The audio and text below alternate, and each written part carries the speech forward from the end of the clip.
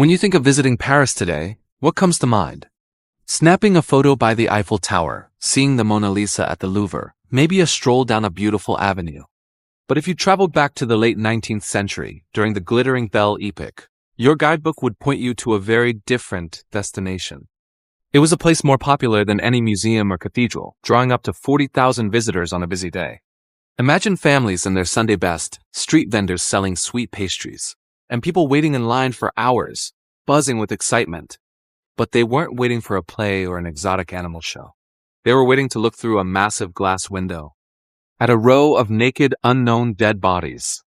Welcome to La Morgue, the theater of death, the most popular tourist attraction in 19th century Paris. To understand how a morgue became an entertainment venue, we first have to look at its practical purpose. In the 1800s, Paris was a massive, chaotic city.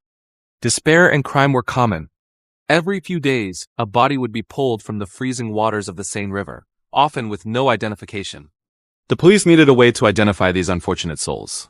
So they built a public morgue right behind the Notre Dame Cathedral. The concept was simple: display the unknown bodies so a passing relative or friend might recognize them. The bodies were laid on slanted black marble slabs, with cold water constantly dripping from above to slow decomposition. The clothes they were found in were hung on pegs right above them, like morbid name tags. But it didn't take long for the people of Paris to realize that looking at the dead was incredibly thrilling. Going to the morgue became the ultimate social event.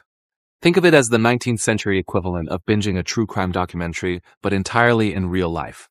It was free, open 7 days a week from dawn till dusk, and it was pure drama. The crowd wasn't just made up of outcasts, it was everyone. Wealthy aristocrats rubbed shoulders with poor factory workers. Young couples went there on dates. Mothers even held their children up to the glass for a better view of a murder victim. They didn't come to mourn. They came to gossip. When a particularly gruesome murder happened, the morgue would be swarmed. People would press their faces against the glass, pointing at wounds, arguing about who the killer might be, and inventing wild, romantic backstories for the figures on the marble.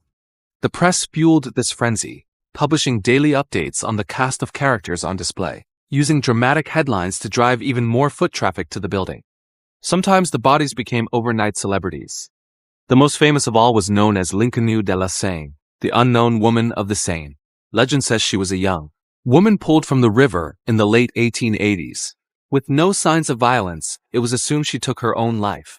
But what captivated everyone was her face. She had a peaceful, enigmatic half-smile, almost like the Mona Lisa.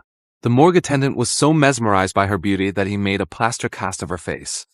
That death mask was copied and sold by the thousands across Europe.